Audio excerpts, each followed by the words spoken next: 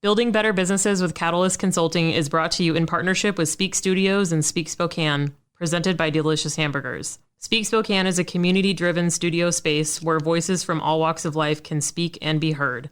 You can find them on Instagram and Facebook at Speak Studios, Speak Spokane, and at their website, speakpodcasting.com. Speak Studios, speak and be heard. Building Better Businesses with Catalyst Consulting is brought to you in partnership with Spin City. Spin City is an indoor cycling studio that strives on making sure everyone feels welcome and comfortable. At Spin City, exercise is more than physical, it's a mental workout. When you come to Spin City, you become family.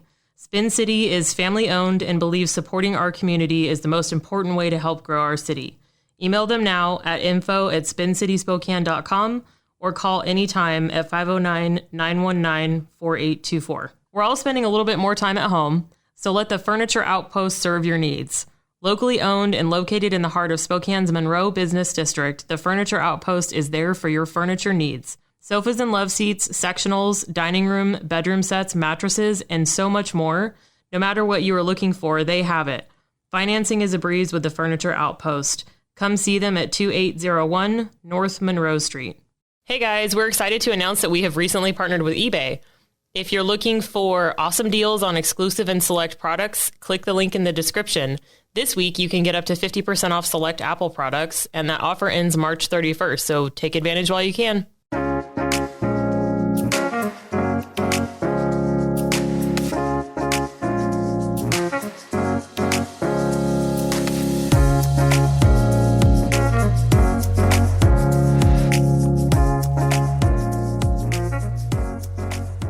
So welcome to the next episode of Building Better Businesses with Catalyst Consulting.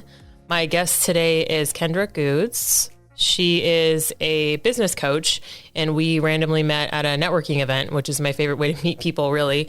And I thought that we should be friends because she's into business coaching. I'm in consulting. We overlap a little bit in some ways, and I think it's always nice to get a different perspective on things. So that's Kendra. Welcome. Thank you. Yes. Thanks so much for having me.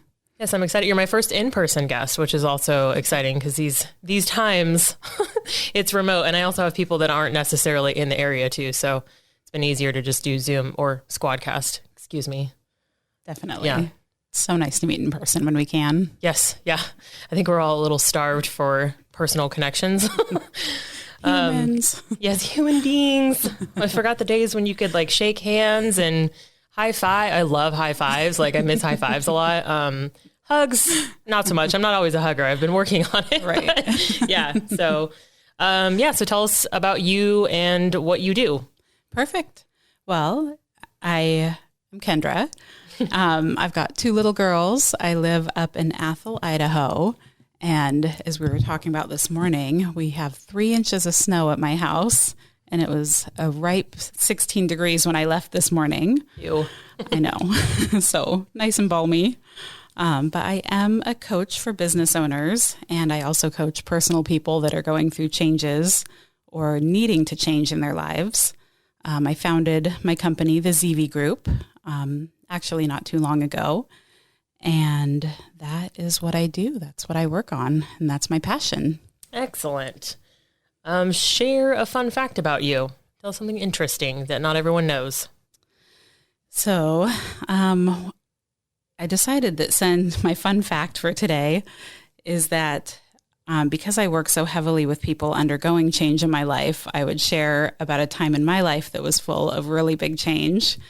So when I was 23, I started my first business, and the same week that I opened my business was the same week I signed papers for my first house. So it was a big week full of change. At the time, everything I owned fit into a 2-door car, so I didn't have any furniture for my house.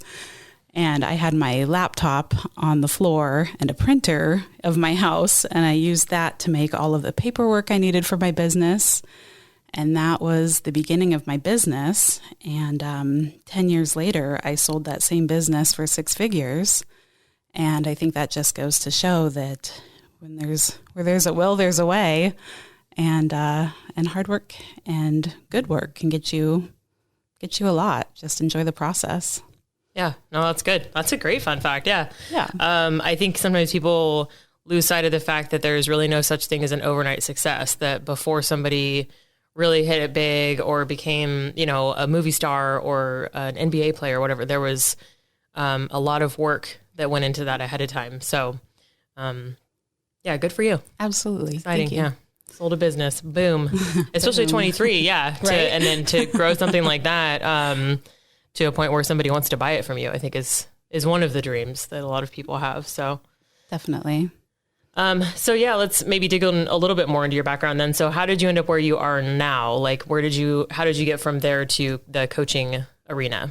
Sure. So my coaching kind of came about organically. I started out in bodywork doing clinical massage therapy work. And through that work, I realized how much there is a mind-body connection with people's injuries in their bodies, having to do with where they were at mentally. And so oftentimes just working on the physical aspect of the body doesn't heal those issues when nothing else changes. So it was through that work that I sort of slowly, gently eased into the coaching scene in working with my patients in their bodies, and noticed that really the coaching in some people was even more needed than the body work itself. So it sort of came about organically. And then I started working with business owners more as I would go to different networking events. And I've always been a connector, so I always love digging in deep, and I'm always extremely open about where I'm at with things. And I have no shame to my game of just telling people, hey, I'm struggling with this. How about you? And there seems to be this idea that we're supposed to know everything. And so I guess I would be the one that was always kind of leaning in a little bit more to my colleagues and whatnot. So I guess they were the ones that would, they'd seek me out afterwards privately and go, oh, so you mentioned this. Tell me more about that. So that's sort of how it came about.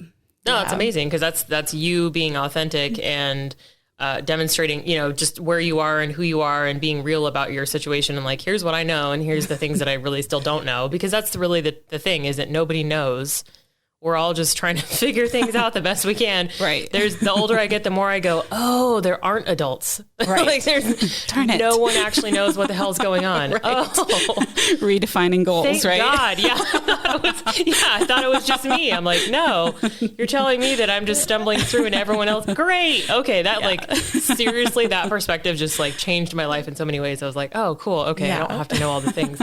I like to know all the things, but that's a whole nother problem. Absolutely. So no, that's cool. And even to your point of how you kind of organically transitioned into the coaching thing, where you were in a space, you started this one thing, and then you're like, it seems like there's something else to this. And then you kind of figured that out, you worked on that, and then it led you to develop this whole other piece of you and your business just by kind of trying something new. And I think that's another thing to point out too, is that a lot of people get really hung up on having the perfect plan now. And it's really so much about just starting and doing something, and then you figure it out as you go. Like you learn lessons that you didn't even know that were possible for you to learn. And then you kind of adapt, and now you are doing coaching. So I don't know. You know what I mean? Like, that's such Absolutely. A thing that people get so worried about doing the perfect thing. And if I say I'm a business consultant, then I have to be a consultant for the rest of my life. Like, that's not the case. And that's not really the plan. I want to continue to evolve. So that's part of the journey, I feel like. But yeah, so very cool. I like that. Absolutely. So who are your clients? Like, I know you said, because you've moved up here fairly recently and you're just now getting back into coaching, right? So who are your clients that you're looking for? Yeah. So I've been out here 3 years. I did take some time off during our move just to focus in on the kids and the move and everything. My clients are sort of a mix of business owners that are looking for help with an aspect of their business, whether it's a financial aspect, whether it's they're spending too much time. I mean, how many of us as small business owners know the struggle of spending 50 and 60 hours a week working and not necessarily feeling that satisfaction that we went into owning our own business for? So looking at helping people sort of reallocate their priorities. And then along with business, it's also morphed into more personal coaching as well with people that don't necessarily own businesses, but just sort of looking to create change in their life, or maybe have had a bunch of change dumped on them. Change doesn't scare me. I actually welcome it in my life. So sometimes when people are going through big stuff, it helps to have somebody walk through that with you and just sort of bounce things off of and and help redefine things so that it can be a journey of curiosity and experience instead of fear. Yeah. Yeah. Yeah, because I think a lot of small business owners, especially if you're a solopreneur of any kind, you're in your own head almost constantly. And it's so hard to come out of that and be able to like see past your own roadblocks. So having a coach, or even if you have a friend that you can talk to, but I think sometimes with talking to friends or family or people that you're, are in your sphere, they don't always understand what you're trying to accomplish. So that's where I think for me, the difference of talking to a friend and then having a coach who's like specifically helping you with that thing that you're struggling with. But like you said, like having somebody that you can talk through the things with, and just sometimes getting it out of your brain is enough to be like, oh, duh. Okay. It's because I'm doing this thing and it's causing all these other problems down the road, but you just can't see it because you're in it all the time. So definitely. Yeah, I agree. I think unless your friends are also small business owners, there's so many aspects of that specific area that people that aren't, they just don't understand. Yeah. Just like if you've never worked in corporate, you don't necessarily understand all the ins and outs of that. But it's a whole different ballgame, being a small business owner. So it really takes, I think, somebody else understanding all of the different things that you're juggling, and also all the freedom that you have to maneuver within your business, because they're, like you said, that just because we start out on one path doesn't mean we have to stay on that one path. There's so much freedom we have within our businesses and within our lives to make changes. And having somebody that's a little bit more versed and aware of how to navigate those waters can be super helpful. Yeah. I kind of relate it to like having a personal trainer, like a fitness coach, right? I've never really felt completely comfortable with a personal trainer because most of them are super fit, and all the ones that I've met, because I'm sure this is not the case for everyone, but a lot of the ones that I've met have never had issues with health and fitness and being in shape and losing weight. And so for me, I'm like, you don't understand. Like, you don't understand what I'm going through. It's not just as easy as exercise and eat better. Like that. Right. If it was, we wouldn't have an obesity epidemic. Like if it was just that simple, like get out of town, Brad. Sorry, Brads of the world. But anyway, so I think that's the same thing. It's like you want to have somebody that understands what you're actually going through and where you've been. And for you literally built a business from the ground up, from a printer and the laptop on the floor, no furniture for Kendra, to the point where you could sell it, and in between that time, you ran a really successful business too. So it's not like you Googled a bunch of things and you're like, I'm a coach, right? I can do this. You've lived all the struggles. So no, that's awesome. So what are kind of the most common problems that you help your clients with? So I think some of the common ones that I get are, as I said, management of time. That's a really big one that seems to be recurring. Another one is creative ways of making money. I love being creative in my approach. I love looking at things not necessarily in a linear fashion of point A to B. So looking at a person that needs to make more money, but they don't want to spend more time doing it. So how do we solve that problem? What are other revenue avenues that can be created so that you can have more time freedom, but also generate more revenue? Okay. And then, like I said, with other people and also business owners, just looking at different change. Oftentimes people it's almost a feeling. It's hard to really put your finger on it, but just the overall unhappiness that sometimes people reach a plateau or even a rut that they just can't get themselves out of. And they feel like, gosh, I'm getting up every day, I'm going to work, I'm doing the things, and it just doesn't feel the way it did in the beginning, or the vision that I thought I had, that end goal, it's not fulfilling me the way I thought it would. So what is it that I'm missing? So sometimes talking through some of those, and I think a lot of that is just redefining goals. What is it that you're looking for? You know, maybe the things that you thought you wanted maybe aren't actually that important to you anymore. You know, we change as we change as we grow. Yeah. You know?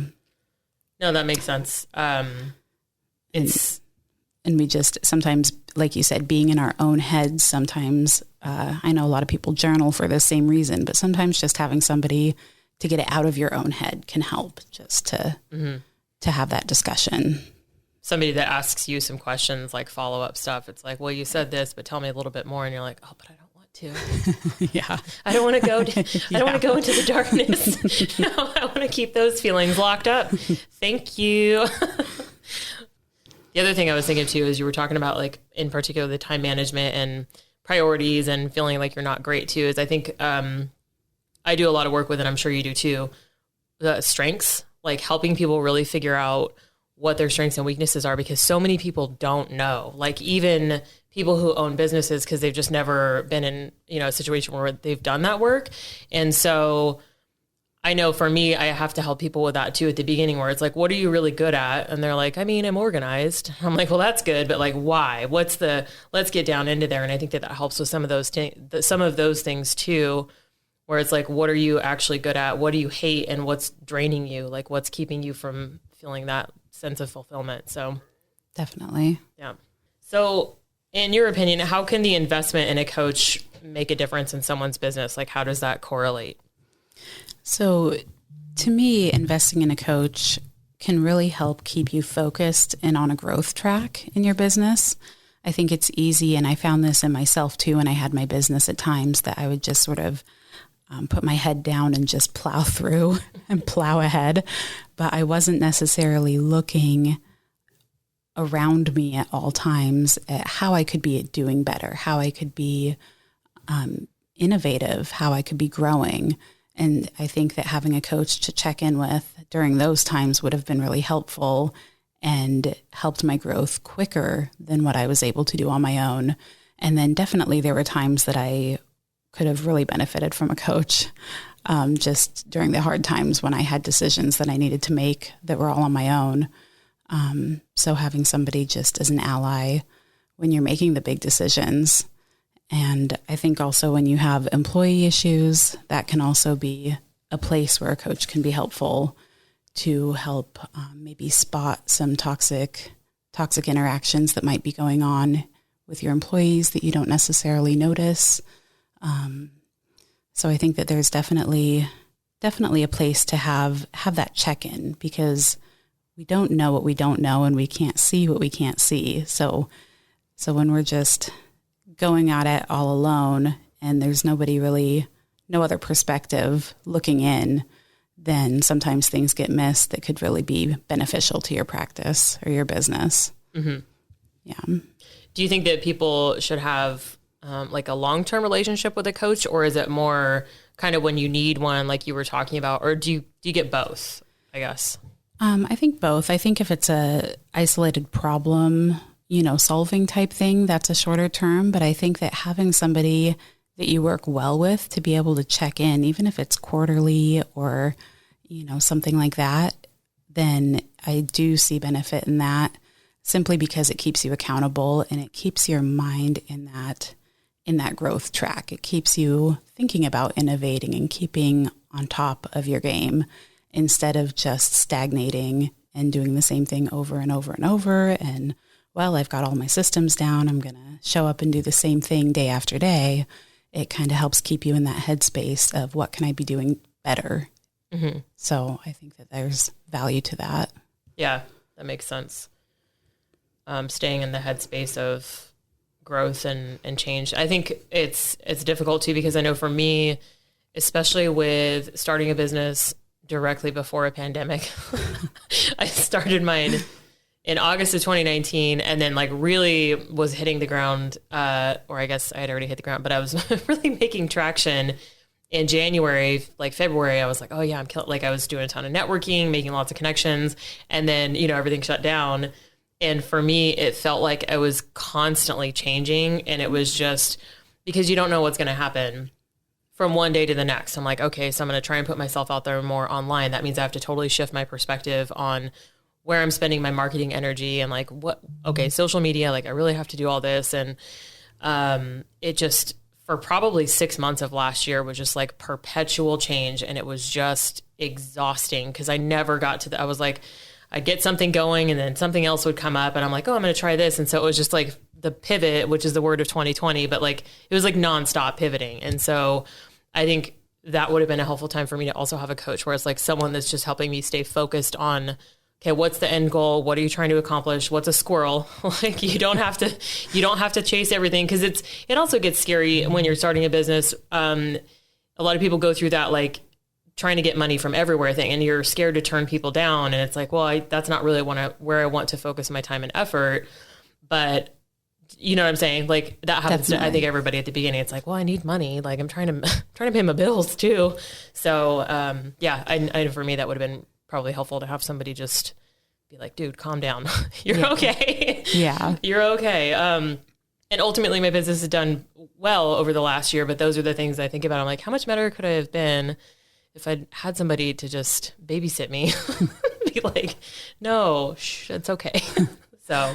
Well, and I think in the beginning of starting a business, it's often necessary to cast a wider net because sometimes we're not quite sure what that niche is going to sort out to be, but it's probably because of all those changes and all that pivoting and navigating that you were doing that helped you be successful during a pandemic, during this incredible time. Yeah. And I think that, who knows, but I would guarantee that that's what has helped you continue to be successful during this time is that you continue to change and navigate and innovate during that time, and thanks, Kendra. Well, and any company, if you look at the big ones, when they opened up, you look at McDonald's, what did they open up with? They didn't just open up one store and keep that one store and turn into this, mega company that they are today.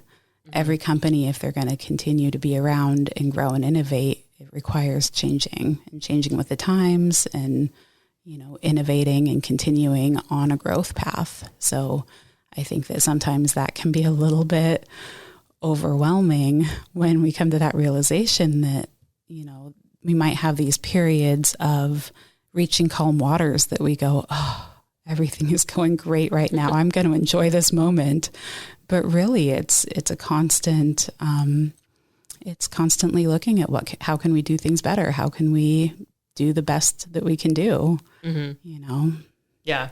Surviving is okay. Just getting through it is fine. Yep. So if someone is considering hiring a coach, whether it's, personal or business, what are things that they should be on the lookout for? So I think really the bottom line is somebody who has a coaching style that resonates with you. I think that the coaching field is so wide open that you have everything from business coaches to health and wellness coaches. And there are coaches on all ends of the spectrum that love to do, programs. They'll have like a 12-week program that's, you sign up and you have to be really accountable and they have a fixed thing and they might call it, an ultimate goal maximizer program or, that kind of thing. Yeah, we've all seen those, right? Yep. And that really works well for some people that just want a system and they want to know what they're going to do. And then you have the other end of the spectrum where the coaching is a little more free form and intuitive. I definitely fall on that end of it, and everything in between. So I think that to me personally, that the big programs have always been a fear spot for me because I'm like, oh my gosh, that's so much commitment. Yeah. But it might work amazingly for some people that really want like, oh my gosh, I've got to focus on that. And this is going to commit me to that time. And for other people, they might not want to. So I think really the biggest thing is to find somebody that has a style that resonates with you, and to make sure that you are getting your money's worth. Don't forget that you are the person hiring them.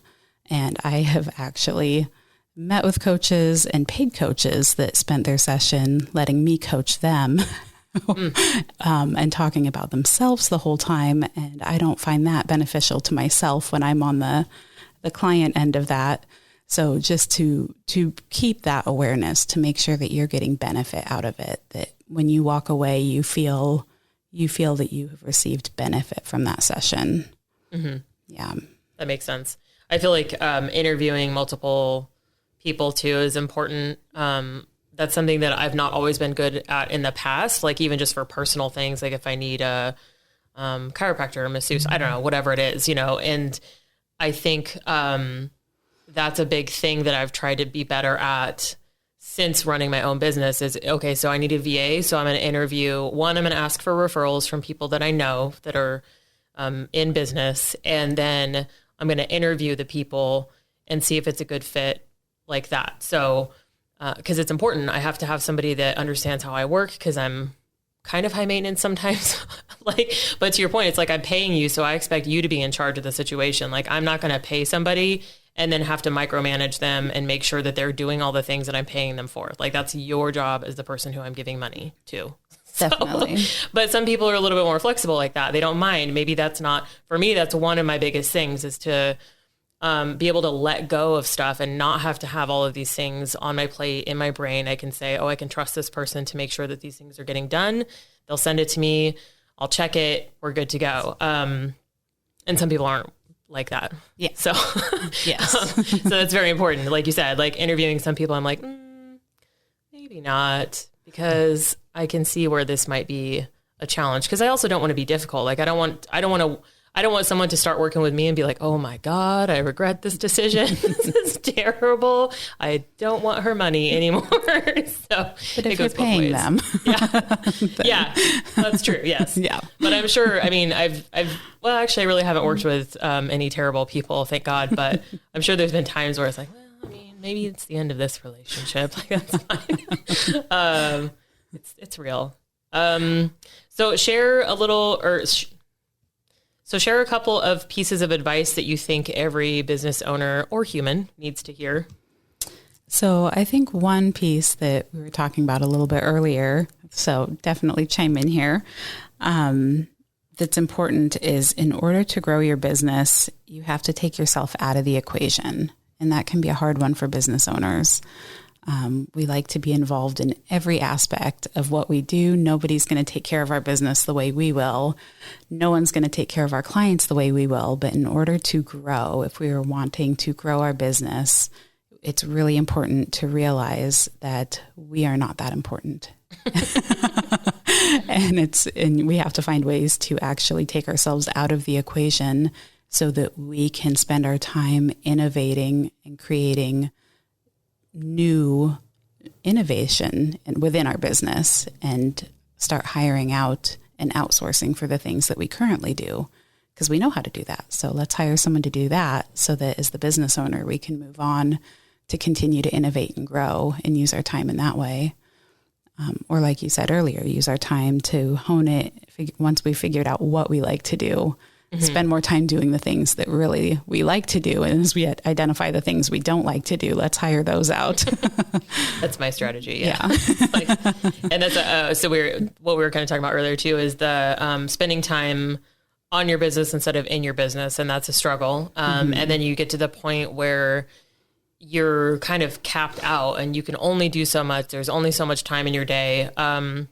And it's not good to work 14 or 16 hours a day. Like, you can't sustain that. That's not good for your work-life balance, your sanity, your mental health. Like, and that's not why people start a business. Usually, I don't know anyone who's like, you know what I really want to do is never sleep. That's my goal. Yeah, I'd like to never sleep, never take time off. That's what I want in my life. Good for them if they do. But yeah, the on your business instead of in your business. And that's one piece where I'm at right now is kind of working through those things as like, how do I continue to let go of certain pieces of things, and hire people that can help me with some of the things that I just either never have time for, don't prioritize, and or really hate to do. And that's a lot of the like detail stuff where I'm like, I know this needs to happen. I'm very strategic, so I don't really have issues usually with that piece of it. It's the having enough time to do all the things that I want to do, because like most of us entrepreneurs, I have a lot of really big dreams and I can't do that if I can't work 400 hours a week. So, right. It's frowned upon. So yeah, no, I like that. Yeah. Anything else? Any other? Yeah. I mean, I feel like our time really is one of the few limits that we do have in our businesses. I feel like the small business structure gives us so much freedom, but unfortunately our time is one of the finite limits that we have within that freedom. And we have so much freedom to maneuver our businesses. Just because we start out on one path doesn't mean that our business needs to continue on that path, and I think that changes can happen organically as we feel that they need to. And I think sometimes if we get too stuck with an idea that's not working, then it's important to take a step back and go, okay, why am I beating myself over the head to try to make this one thing work? What am I not seeing? What am I not looking at? What am I missing? And just to be open to that flexibility, of the universe or of life or whatever it is, just to be open to change and open to looking at where you should be moving towards, instead of just beating yourself over the head in one direction because you've decided that is the one and only way. Yeah. Yeah. I've definitely done that a few times in my life where I'm like, wait, hold on. What is the thing? Why am I stuck on this? Like, what is the problem? Because like a lot of times it's that one roadblock that's keeping you from making progress in a lot of areas too. It's not always the one thing. Like you go, I want to, like maybe for like when you had your massage business, like, oh, I need to open another building. And then like you get stuck on this and you get hung up on this. And I always feel like when the universe or whoever puts a lot of things in your way that are making it really hard for you to accomplish what you want to, there's something wrong. And for me, that's where I've learned to just kind of be like, okay, so what is the thing? And checking in and being like, okay, I need to adjust the vision in some way, because I keep getting hung up on the thing and I can't do anything else until this is done. So yeah, no, I like that. Yeah. And since you've experienced that already, isn't it amazing once you make those shifts, how amazing it feels after? And you're like, why didn't I do this earlier? Yeah, it's like being stuck in a traffic jam and then the road opens back up and you're like, freedom, this is so exciting. Like, oh my God, I can go the speed limit. After being stuck in traffic for an hour and you're like, what is happening? Yeah. Yeah. No, for sure. I talk about all this for forever, like philosophy. Yes. These are real. It's not super tangible, but it's real. Yeah. We've all experienced this. Well, I think that's, one of my like side goals in all of this too is, hopefully people listen and they go, oh, okay. Like I'm not alone. That's not just me. Like I'm not crazy. I'm not just an idiot. And I'm just not a failure. And like, it's normal. Like all these things people go through, and really successful people and the founders of these, multi-billion-dollar companies have issues like this too. Like they're still just human. Like Jeff Bezos is a flobbity-jillionaire and he still has problems too. Like I promise, his are just more expensive probably than ours are. But those people pay coaches and they're in mastermind groups and they're consistently trying to learn and grow. And it's not an unattainable thing by any means. Like you can have a crazy idea, and if you keep growing and keep trying new things and like you said, innovating for inside your business, then you never know. You could be the next Amazon. Absolutely. Be crazy. I'll take it. So yeah, any last thoughts that popped into your head while we were talking that you wanted to share or that I forgot to ask you about? I think really the only thing I would want to leave people with is just remember everything can change, and you're in control of your own life. You're in control of your own path. So don't let yourself get stuck. And when you feel like you're stuck, then take a deep breath, take a step back, and realize that you have the power to get unstuck. So that's good. Yeah. That's a good one. You have the power to get unstuck. You can do it. That's going to show up in my show notes, I'm pretty sure. That's a good one. So tell us how we can best support you. What are you working on? How can we help spread the word for you? What do you need help with? So not sure if this is a little off topic here, but I do have a side project that I'm working on. Don't necessarily need help on it, but I'm always learning. I'm always, sometimes I get to be doing 10 million things at once, and then sometimes I take breaks and do nothing. So right now my side spark that I'm working on is designing diversity, equity, and inclusion continuing education programs for healthcare workers. Oh, so, very cool. Yeah. So that's kind of awesome. I just call it my side spark because it's kind of my, my little pet project that I'm invested in right now. So that's very cool. How are you doing that? So are you working with or trying to work with like hospitals or healthcare offices and stuff? So it might get there eventually. So right now I'm just working on the curriculum, and I'm working with other leaders in that area that are extremely knowledgeable in the diversity, equity, and inclusion work, and have been doing work in that area for decades. So I'm collaborating with many experts in the field, and just, like I say, designing curriculum right now geared towards different healthcare professionals, like massage therapists, chiropractors, physical therapists, and then maybe eventually moving into the hospital scene, but I'm not as versed with what they need. Mm-hmm. So, and then it could also turn into maybe working on doing some trainings that would be appropriate for small business settings, because I think that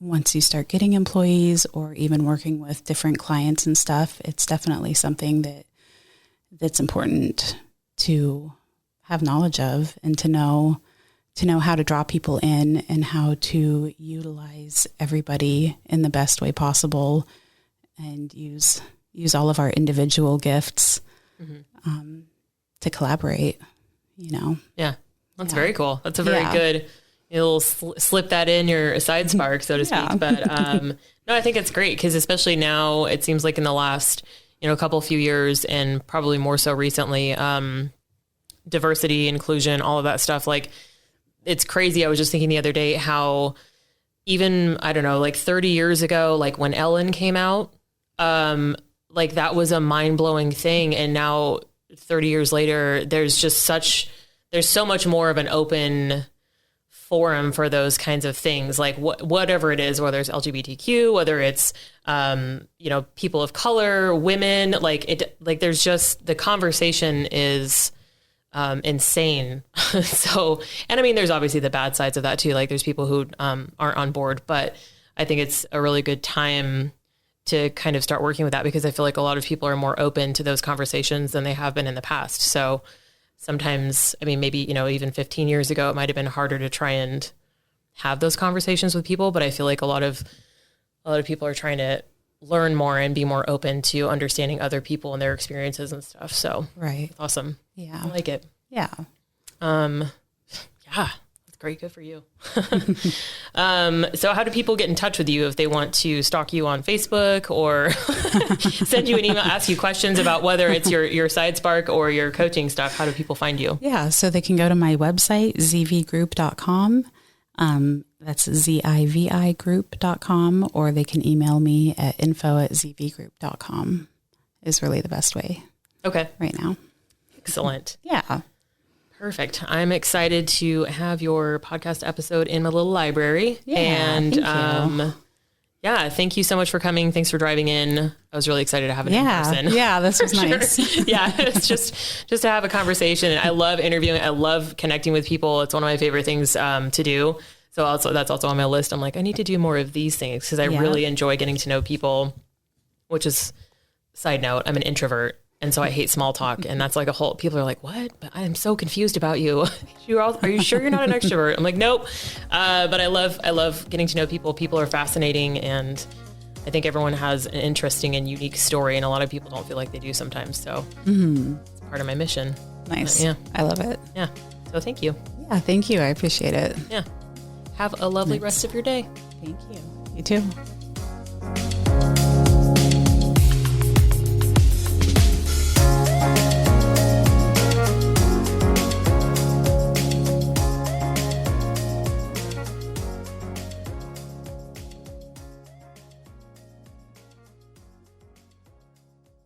This podcast was produced and edited by Speak Spokane.